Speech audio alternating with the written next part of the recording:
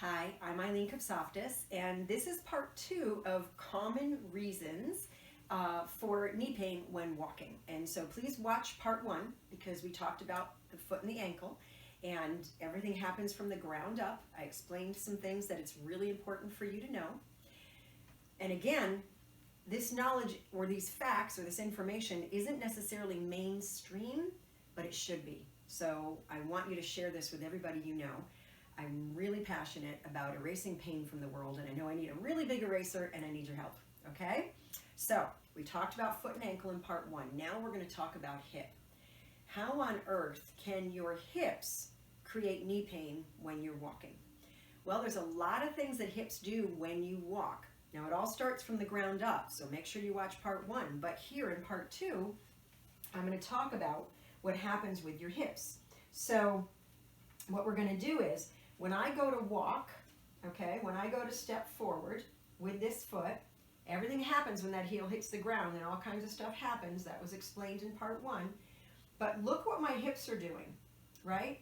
This hip is moving into what's called extension. It's opening up.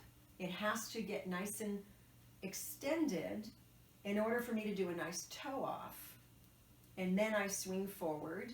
And guess what? Now this hip, as I come forward, goes into extension, right? As this foot comes forward, this hip goes into extension.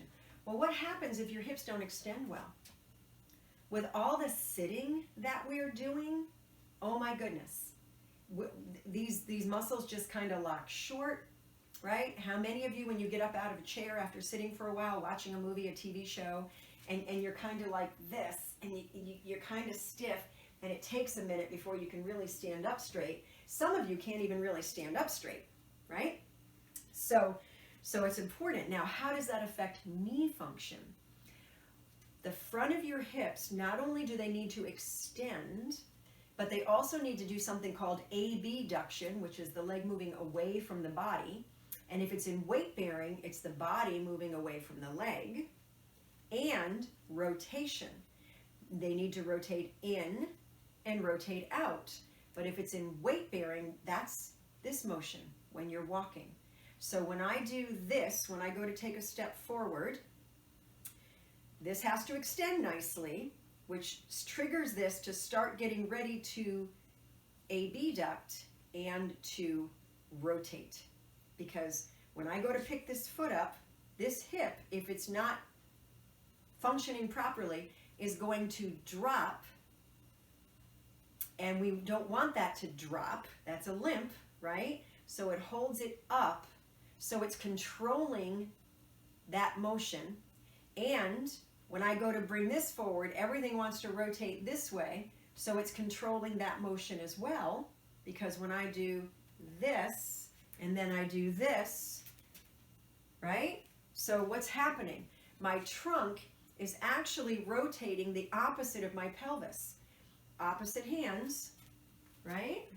Now I'm exaggerating all of that and I look a little silly, but I want you to see the movement, right? So the hips have to function in all 3 planes of motion really well. And a lot of the times when they don't, guess what has to make up for it? The knees. So I'm going to show you a really simple motion that you can learn for the hips. Now there's a lot of other reasons that the hips may not be working right, aggravating the knees. This is a very short video, so I'm just going to show you one reason, okay?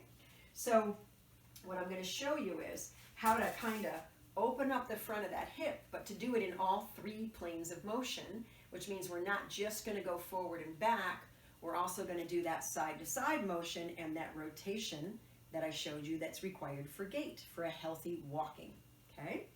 So what I'm going to do is I'm going to use a chair and I'm going to hang on so I'm supported and safe.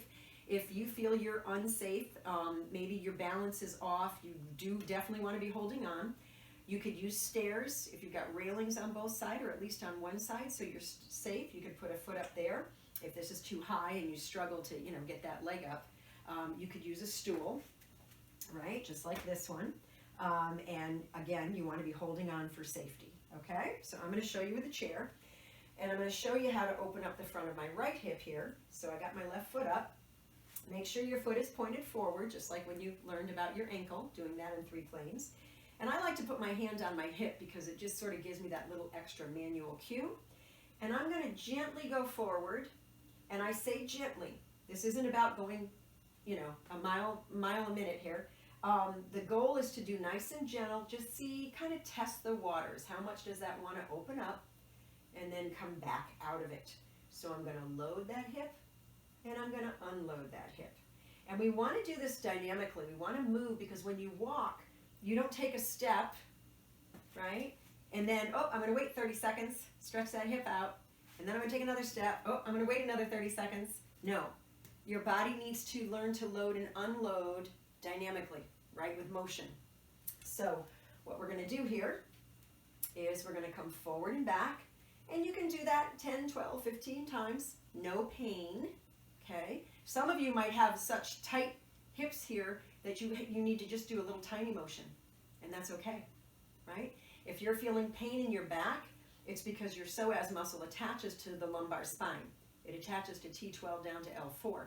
So it attaches to most of the lumbar spine. So if you do this and you feel a pull, it's that hip flexor pulling on your spine. So you want to be very gentle, right? If you've got good motion, go ahead and do good motion. If you're somebody who is a gymnast and you're really lax in your movement and all your joints are real what we call loosey-goosey, then you don't necessarily want to do range of motion things. You want to do stabilizing things, just a comment. So now, that's my forward. Now I'm going to come forward and load it, and I'm going to do the same thing we did with the ankles. I'm going to pretend I've got parallel bars here, and I'm going to tap my hips, okay? So your head and shoulder stays back, and you tap your hips side to side. And again, if one of those motions is not happy, you're going to just do the one motion that is happy, and you will notice after a few days that it will be happy doing both motions. Typically, most people see that resolve. So we're going side to side, then we're going to come back, give it a break for just a moment, and now we're going to do the rotation, just like we did with the foot and ankle. We're going to come forward, and we're going to use that flashlight in our belly button that's going to just go back and forth across the room. You are going to feel this in your foot and ankle as well, okay? But it's really aimed at the hip because you've got this leg up like this. You're going to really feel it in the front of that hip.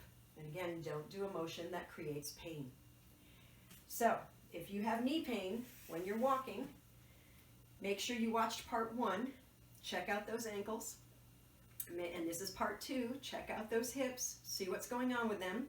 And if you're really interested, there's a 3-plane function assessment available for free at the MoveWithoutPainPrivateClub.com website. It's MWPPrivateClub.com.